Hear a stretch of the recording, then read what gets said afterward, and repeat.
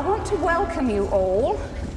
Many of you have come a long, long way, so I'm very pleased that you could make it.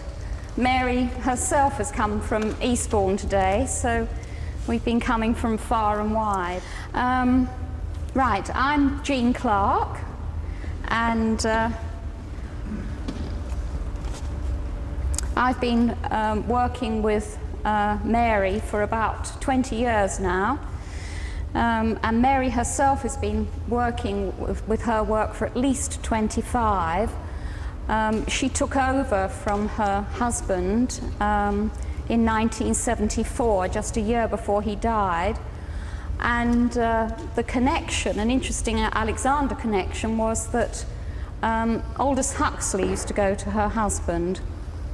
So not only was he interested in Bates' work, but he went on to be interested in the work that Mary's husband was doing.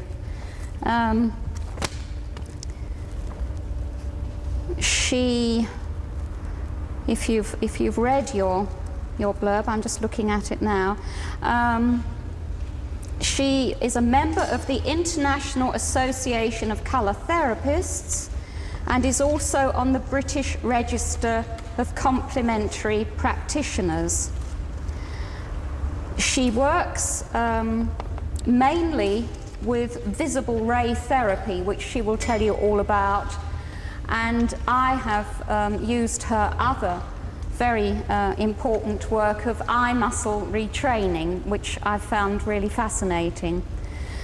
So I think without more ado, I'll pass you over to Mary. What we're going to be doing is she will be telling you all about her work, and we will intersperse it with little practical things for you to do, and things that you can do. We're going to have 2 tea breaks because there is a shortage of cups, so that you will have things that you can work with your eyes when you're not having your tea. Okay. 3 of these spare. Oh, right. Okay. Yeah. Anybody have? Yeah, well, there are 3 more to come, actually. 2 for Oh, I see. Right. Okay. 1 more. Oh, only 1 more to come. 3 of That's these good. spare, so. Okay. Oh, it's right.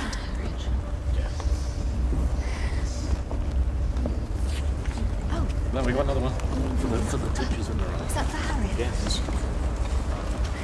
Okay, so Mary, that's Right, I'm so pleased to come and speak to you this afternoon, but I'm not very used to speaking, and unlike Jean, I don't have a school or a class.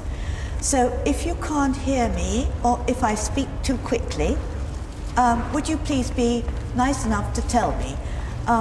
Because it's very difficult to know quite if my voice carries down to the other end and if you can actually understand what I'm saying.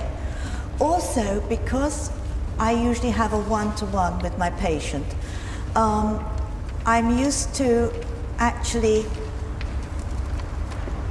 explaining details that I know my patient knows something about. So if I suddenly go off at a rate of knots and I lose you on the way, would you also please say, stop? You know, we can't understand a word you're saying. It would help, it'd be much more helpful, so please don't be polite to me. And just help me along in that way, I'd be very pleased. Anyway, the eyes. The eyes are one of the main parts of the central nervous system. They reflect whether we're happy or sad, whether we're ill, whether we're worried. It shows you only have to look at somebody to see their expression, to know if they're well or if they're not well.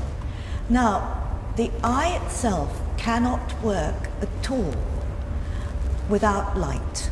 It's absolutely dependent on light for its functioning.